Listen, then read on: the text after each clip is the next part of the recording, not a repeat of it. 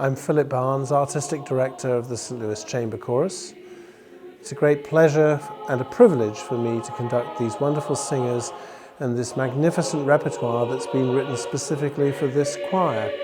I'm Dr. Stacy Alban Wilson, and I've been a long-time lover of the arts. I think it's very important to understand the process of commissioning and how important it is, because it is new music. And to truly have music continue on into the future, you have to have new pieces, and you have to encourage composers. And now we have so much global diversity in terms of composers that are available to us. And you have choral members who really enjoy their music, that have absolutely so much endurance in what they do. And then lastly, you have to have an acoustical space that can accommodate the music, because it truly is meant for that space. And putting those all combined together, it's really creating a cultivation for music in the future.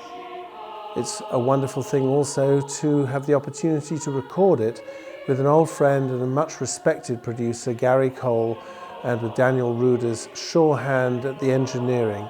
I'm Gary Cole from Regent Records in the UK. I'm Regent's producer, and it's a great pleasure to be here in St. Louis working with Philip Barnes and the St. Louis Chamber Chorus on their latest recording, which collects together some of the more recent commissions the choir has commissioned from composers across the world. I'm Daniel Ruder. I'm the recording engineer for the St. Louis Chamber Chorus. Recording a 50-person a cappella choir has its own unique challenges with this huge dynamic range of the human voice, all the while trying to pick up the sonority of the individual voices and trying to pick up how this massive group of people sound in a beautiful room like Second Presbyterian. My name is Andy. I sing tenor with the Chamber Chorus, and I've been singing with the choir for 8 years.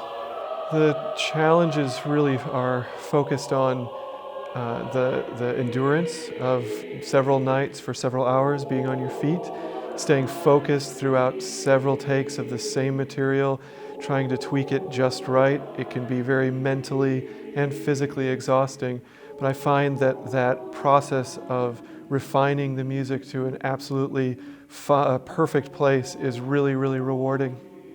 Because of its unique, vibrant sound, which really I don't find in any other choir that I work with. Every choir has its own distinctive qualities, but the specific aspect of the St. Louis Chamber Chorus is the sheer intensity that they bring to all of the music that they sing. And it's a great pleasure to work with a choir of such ability, professionalism, and adventurous repertoire programming. We're very lucky that we've returned again to the sonorous acoustic of Second Presbyterian Church in St. Louis's central West End.